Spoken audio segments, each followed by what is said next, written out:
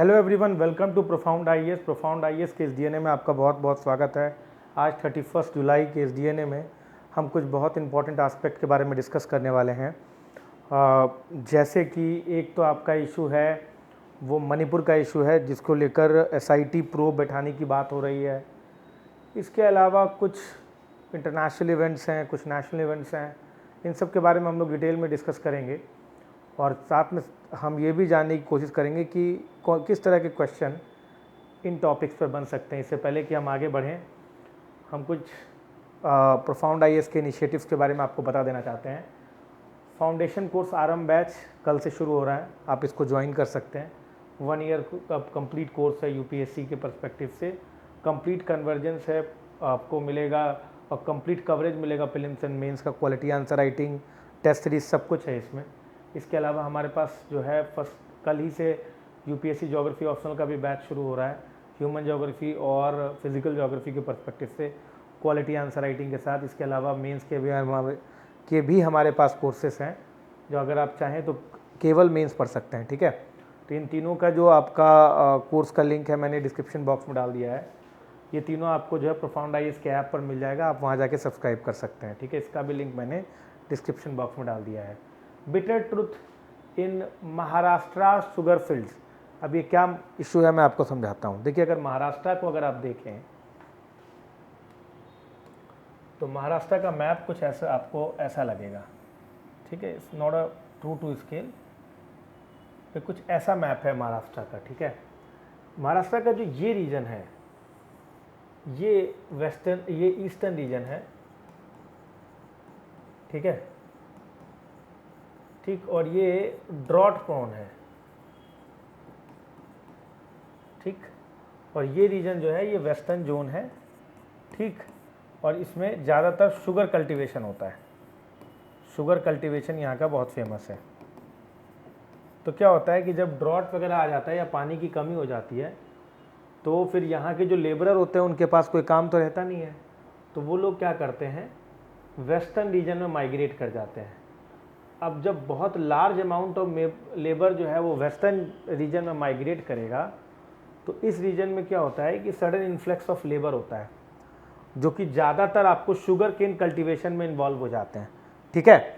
जब ज़्यादातर लोग शुगर केन कल्टीवेशन में इन्वॉल्व हो जाएंगे तो फिर वहाँ पे क्या होता है, उनका एक्सप्लॉइटेशन होता है।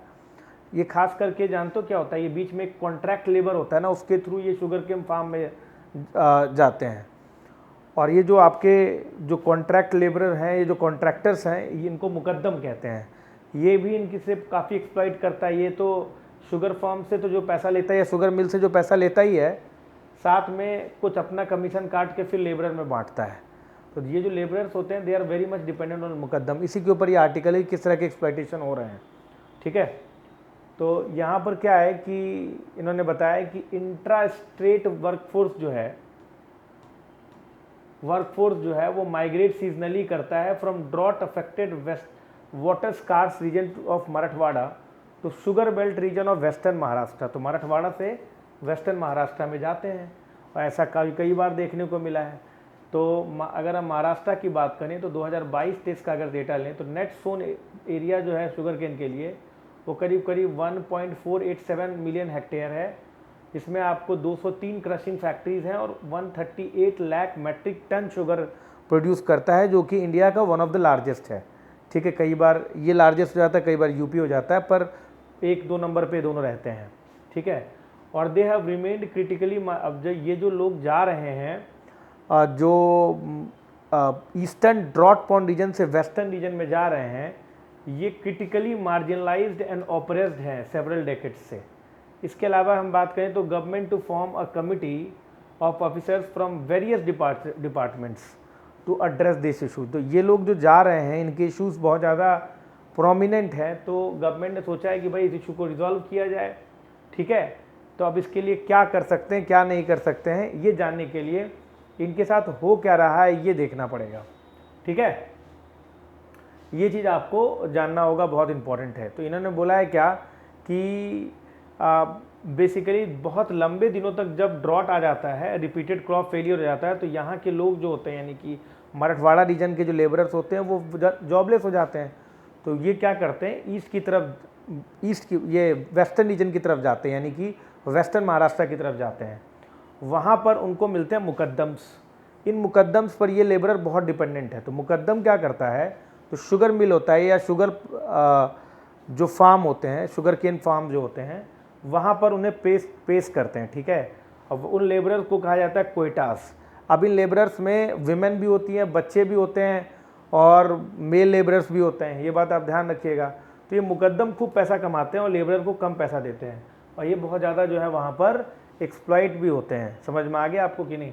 इन्होंने इनको इसके बारे में और भी बताया है कि वहाँ पर जो विमेन वर्कर हैं, मैं आपको ये बाद में आऊँगा यहाँ पर, ये तो सोल्यूशन है।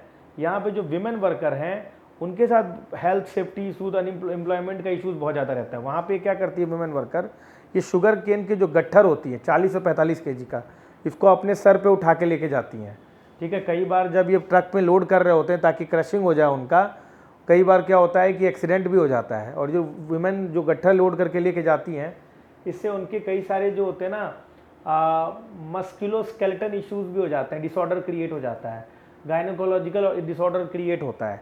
इसके अलावा कुछ माइग्रेंट लेबर जो आते हैं यहाँ पर, उनकी शादी पहले हो गई होती है, तो इसके वजह से क्या होता है कि अर्ली प्रेगनेंसी की वजह से इनके बॉडी पे बहुत इम्पैक्ट भी पड़ता है। इसके अलावा कई बार जो मुकद्दम होते हैं और मेल वर्कर्स जो होते हैं सेक्सुअली हैरेस भी करते हैं इनको।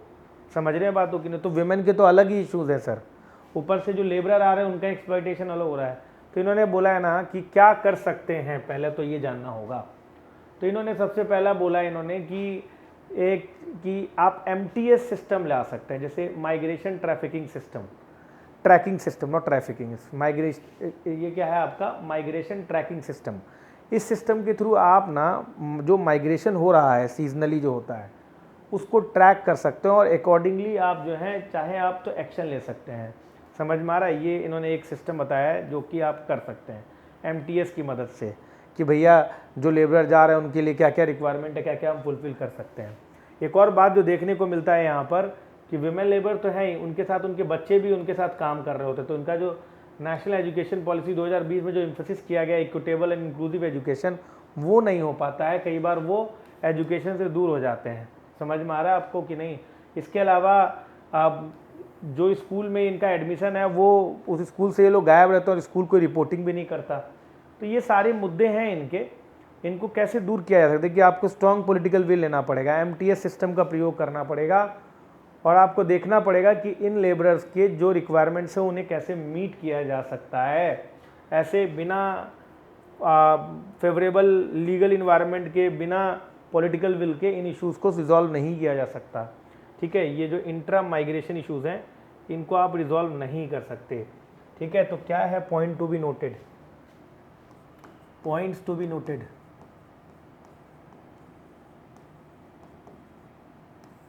इनमें सबसे पहला मुद्दा है क्या है, इंट्रा रीजन माइग्रेशन होता है, माइग्रेशन हो रहा है इन महाराष्ट्र, ठीक है। महाराष्ट्र में ईस्ट महाराष्ट्र से वेस्ट महाराष्ट्र की तरफ, ठीक। चलिए पहली बात क्यों हो रहा है, क्योंकि जो ईस्ट महाराष्ट्र है यहाँ पर ड्रॉट है,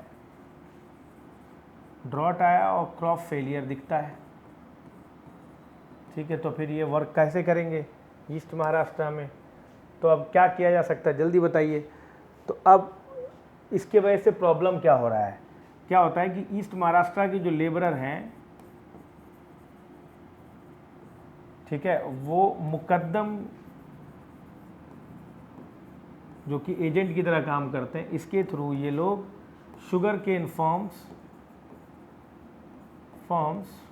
और मिल्स में एम्प्लॉय होते हैं। यहाँ पर इन लेबरर का एक्सप्लॉयटेशन होता है, ठीक।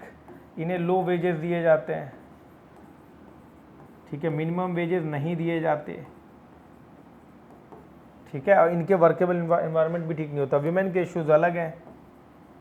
विमेन का क्या होता है कि हैवी लोड उठाना पड़ता है, ठीक है। बच्चों के अलग इश्यूज़ हैं, बच्चों का एजुकेशन, चाइल्ड का एजुकेशन नहीं हो पाता है। तो आप क्या कर सकते हैं सर, सोल्यूशन क्या है। तो आप MTS सिस्टम ला सकते हैं जिसमें माइग्रेशन का जो ट्रैक्शन है वो किया जा सके, माइग्रेशन का ट्रैक्शन किया जा सके, ट्रैक किया जा सके माइग्रेशन को। दूसरी चीज़ क्या है कि भैया राइट टू एजुकेशन प्रमोट करिए, विमेन को जो है वो एम्प्लॉयमेंट का अधिकार दीजिए और एजुकेशन प्रोवाइड करिए ताकि उनका एक्सप्लॉयटेशन ना हो सके। इसके अलावा पॉलिटिकल विल, ये सब चीज़ें आप कर सकते हैं। समझ में आ रहा है कि नहीं? तो ऐसे महाराष्ट्र करके तो नहीं आएगा, आपसे बोल सकता है क्वेश्चन में कि what are the issues of migrant labourer in India, discuss the remedies with suitable examples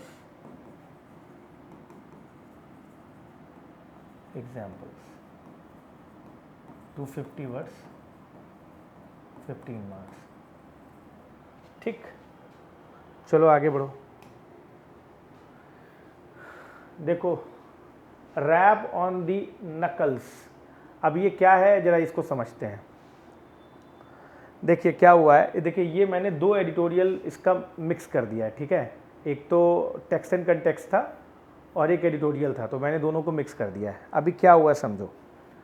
अभी क्या हुआ है कि सुप्रीम कोर्ट ने लथाड़ लगाई है। लथाड़ लगाने का मतलब सुप्रीम कोर्ट ने कहा है कि सेंट्रल गवर्नमेंट और 6 स्टेट्स कौन कौन से हैं वो, सुप्रीम कोर्ट ने लथाड़ किस बात पे लगाई है। सुप्रीम कोर्ट ने कहा है कि centre, ministry of home affairs, उसके अलावा 6 स्टेट्स महाराष्ट्र, उड़ीसा, राजस्थान, बिहार, मध्य प्रदेश एंड हरियाणा, इन सभी स्टेट्स ने और सेंटर ने एडिक्वेट स्टेप नहीं लिए हैं लिंचिंग को रोकने के लिए। सुप्रीम कोर्ट ने कहा है कि हमने ऑलरेडी जो है तहसीन पूनावाला केस में आपको 7 गाइडलाइंस दिए थे, ठीक है। उन्होंने कहा कि वो 7 गाइडलाइंस दिए थे, आपको सैक्रोसेंट ड्यूटी बताया था, उसका अब तक आपने इम्प्लीमेंटेशन नहीं किया इन 6 स्टेट से सेंट्रल गवर्नमेंट। ये कहीं ना कहीं वायलेशन ऑफ जुडिशियल प्रोनाउंसमेंट है और कंटेम्प्ट की तरह लिया जा रहा है। समझ में आ रहा है? इन्होंने कहा इन स्टेट्स में और अक्रॉस इंडिया में ऐसे कई इंसिडेंट पाए गए हैं जिसमें ये साफ साफ दिखाई दे रहा है कि लिंचिंग अभी भी कैरी फॉरवर्ड है। जिन बच्चों को लिंचिंग के बारे में ना मालूम हो तो आपको बता दूं मैं कि जो मॉब वायलेंसेस होते हैं, ठीक है, जो मॉब वायलेंसेस होते हैं जिसमें आपने देखा होगा कि कुछ लोग मीट लेके जा रहे हैं माइनॉरिटी कम्युनिटी से, उन्हें लोग पकड़ के काउ वेजेंटलिज्म के नाम पर मार देते हैं। तो जब मॉब एक समय आया और किसी रिलीजियस फीलिंग के वजह से क्या किया, किसी ने किसी दूसरी कम्युनिटी के लोगों को मार दिया गया मॉब ने, इसको हम लोग लिंचिंग कहते हैं। समझ में आ गया? तो तहसीन पूनावाला केस ने सैक्रोसेंट ड्यूटी दिया था स्टेट, उन्होंने बताया था कि स्टेट की ये जिम्मेदारी है, ये सैक्रोसेंट ड्यूटी है कि वो अपने लोगों को प्रोटेक्ट करे। समझ में आ रहा है? यहाँ पे देखो क्या लिखा हुआ है, sacrosanct duty of the state to protect the lives of the citizen, that is very much important, ठीक है। ये बात ध्यान रखिएगा। इन्होंने बोला है कि whether the populace of a great republic like ours have lost the value of tolerance and to sustain a diverse culture, क्या हम लोग भूल गए हैं कि हमारी बहुत लंबी लिगेसी है टॉलरेंस की, क्या इस चीज़ को हम लोग भूल गए हैं? सुप्रीम कोर्ट ने इस तहसीन पूनावाला केस में साफ साफ बताया। इसी केस में सुप्रीम कोर्ट ने कई सारे 7 जजमेंट्स दिए हैं, 7 ड्यूटीज़ दिया है स्टेट को। उन्होंने कहा है कि आपको नोडल ऑफिसर बिछाने चाहिए उन एरिया में जहाँ पर लिंचिंग हुआ है, वो कोई भी वो SP रैंक का होना चाहिए, सुप्रिटेंडेंट ऑफ पुलिस रैंक का होना चाहिए। इसके अलावा इन्होंने बुलाया है कि इमीडिएट लॉजिंग ऑफ FIR होना चाहिए अगर कहीं पर मॉब वायलेंस देखने को मिला है। What do by mob? देखिए एक मास होता है जिसमें कई सारे लोग एक जगह इकट्ठा हो जाते हैं, ये मास है। मास जब वायलेंट हो जाता है तो वो मॉब बन जाता है। समझ लो मॉब जहाँ पर है, मॉब मतलब होता है अनकंट्रोल्ड मास, ठीक है। तो मॉब वायलेंस का अगर कहीं पे भी केस मिलता है तो तुरंत आप जो है क्या करिए, FIR करिए। ये बात पूनावाला केस में साफ साफ सुप्रीम कोर्ट ने कहा था। इसके अलावा बोला कि SHO की ये जिम्मेदारी है कि FIR करके इन्फॉर्म करें nodal officer of the district. इसके अलावा बोला कि crime should be personally monitored by the nodal officer, समझ में आ गया, and the investigation and chargesheet are to be filed within the stipulated period of the law. तो ये सब जजमेंट जो दिया गया, किसने, ये सब जजमेंट किसने दिया है, ये सुप्रीम कोर्ट ने कहा है। तो अभी तक सुप्रीम कोर्ट ने कहा भैया इन स्टेट्स ने और सेंट्रल गवर्नमेंट ने इनको इम्प्लीमेंट करने के लिए क्या बोला है और क्या किया है, ये कहीं ना कहीं कंटेम्प्ट माना जा सकता है। इसके अगेंस्ट जो है पिटीशन भी फाइल किया गया है। समझ रहे हो बातों की नहीं, ये बात ध्यान रखिएगा। कई केसेस हैं जिसमें आपको लिंचिंग का केस देखने को मिला। 22 year old Muslim man by Hindu extremist for transporting the cow in Haryana, मार दिया गया। जुनैद एंड नासिर को travelling from their home allegedly lynch कर दिया गया और जला दिया गया राजस्थान में। 56 ईयर ओल्ड मैन वर एलिजिडली लिंच इन बिहार सारण डिस्ट्रिक्ट। तो ऐसे बहुत सारे केसेस हैं लिंचिंग के, तो बहुत टिपिकल एग्जाम्पल इन्होंने दिया है। तो that has to be curtailed in any case, otherwise बहुत लफड़ा हो सकता है। समझ में आगे नहीं, इन्होंने एक स्टेट का एग्जाम्पल दिया है। ये देखिए, अब मैंने दोनों को मिला दिया ना, तो दोनों में अपने को बढ़िया आइडिया लग गया। देखो, ये काम आप नहीं कर पाओगे, ये काम हम कर लेते हैं कि एडिटोरियल को किससे क्या लेना है और किससे क्या जोड़ना है, ये काम आप नहीं कर पाओगे, इसीलिए ये मैं लाता हूँ। देखिए यहाँ पर क्या है ना कि इन्होंने तमिलनाडु का एक एग्जाम्पल लिया है। समझ रहे हो बातों की नहीं, तमिलनाडु में कहा है कि इस टाइप के केसेस नहीं पाए जाते हैं, क्योंकि पॉलिटिकल जो है रिप्रेजेंटेशन जो है, इन्होंने इस चीज़ को बहुत स्ट्रिक्टली लिया है।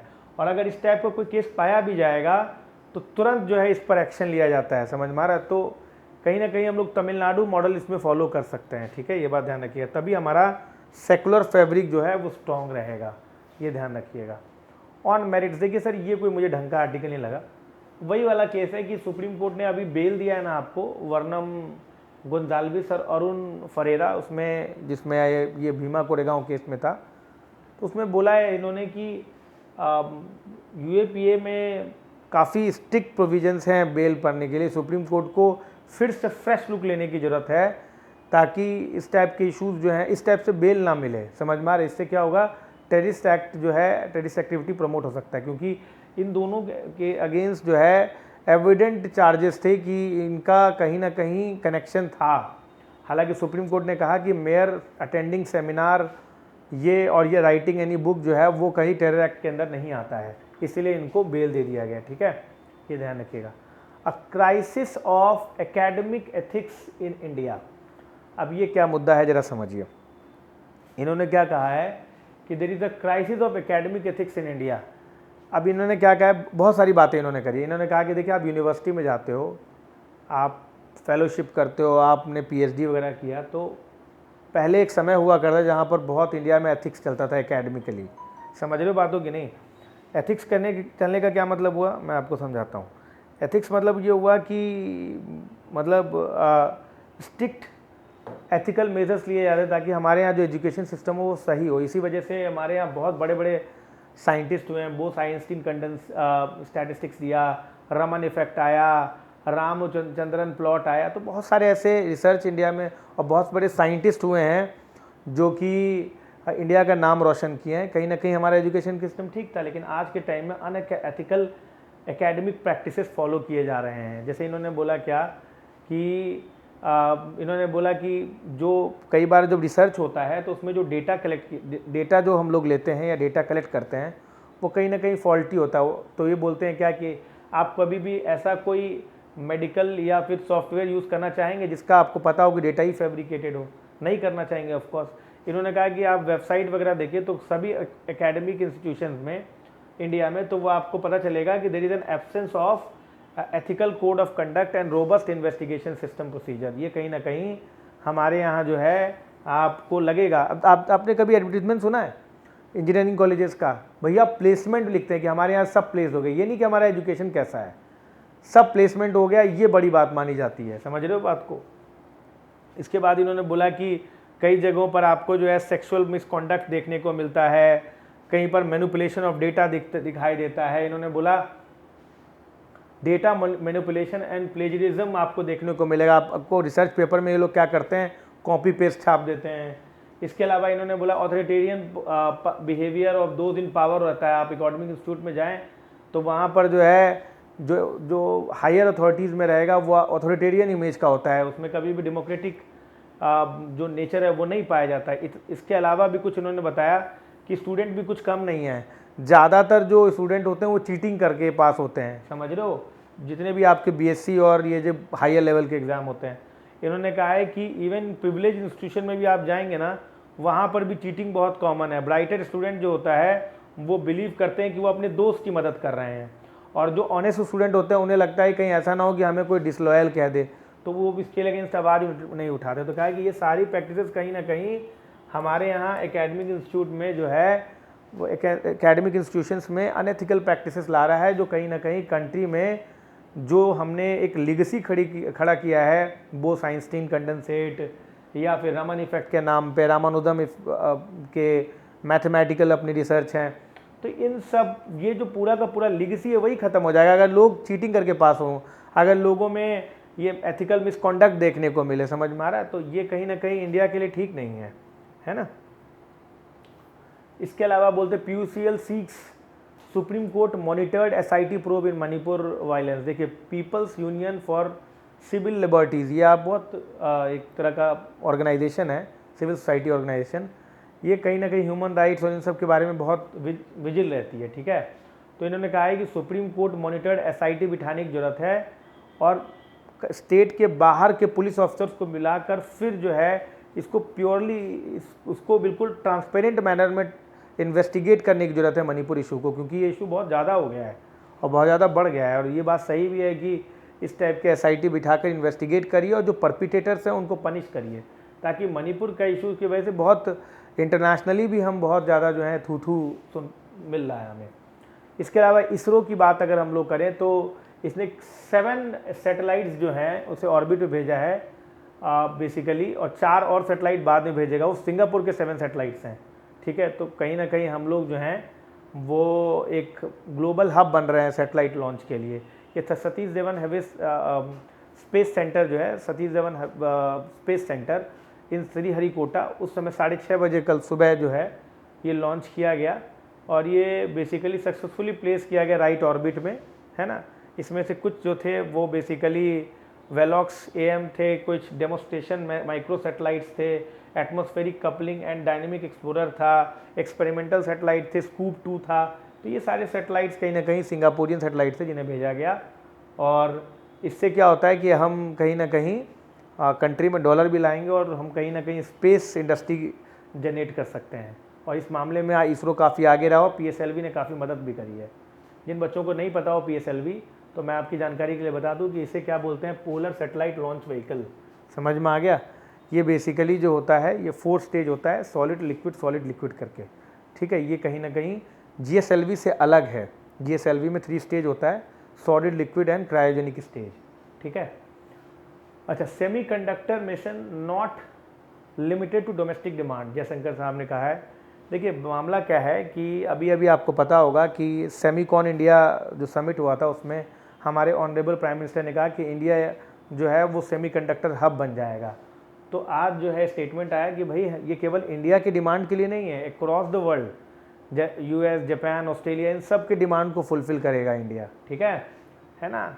ये बात ध्यान रखिएगा। थोड़ा सा मैं बता देता हूँ कि जो सेमीकंडक्टर, जो global hub for electronic manufacturing या सेमीकंडक्टर बनाने की बात हुई है, उसमें कहा गया है कि 2.3 लाख करोड़ का जो है आपको इंसेंटिव दिया जाएगा फॉर इलेक्ट्रॉनिक्स मैन्युफैक्चरिंग। 76,000 करोड़ का जो है वो सेमीकंडक्टर एंड डिस्प्ले मैन्युफैक्चरिंग को सिस्टम क्रिएट किया जाएगा। India semiconductor mission to drive this sector, बहुत कुछ है सर जो किया जा रहा है।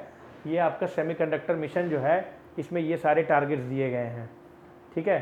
अच्छा, total breakdown of law and order in Manipur. India team मतलब हो गया भाई साहब जो 26 पार्टीज़ को मिलाकर जो अपोजिशन पार्टी बनाई गई है ना, जो करंट रेजीम के अगेंस्ट, जो 2024 के इलेक्शन को जीतने के लिए, उसे इंडिया पार्टी कहा जा रहा है। समझ में आया। आप लोग मुझे बेसिकली कमेंट सेक्शन में बताना कि इंडिया का फुल फॉर्म क्या है। ये गए, इन्होंने देखा कि मणिपुर का सिचुएशन ठीक नहीं है, तो वहीं पर इन्होंने जो है पूरा एकदम रिपोर्टिंग करना चालू किया कि भाई यहाँ के लोग बड़े एंशियस हैं, ये तो पता ही है यार। तो बोले हैं कि जो ऑनरेबल प्राइम मिनिस्टर है उनका साइलेंस ठीक नहीं है इस चीज़ के लिए, ठीक है। थोड़ा पॉलिटिकल एंगल है, लेकिन यहाँ पर अभी इमीडिएट अटेंशन की ज़रूरत है, ये बात तो सही है। This is all for today. We have discussed three major editorials and several minor articles. Sir ji, अगर आपको ये एडिटोरियल सही लगा हो, ये DNA सही लगा हो, तो आप लाइक ज़रूर करें. At the same time comment जरूर करें. कोई भी डाउट होता है आप कमेंट सेक्शन में डालिए, मैं उसे ज़रूर देखूंगा, उसे ज़रूर केटर करता हूँ.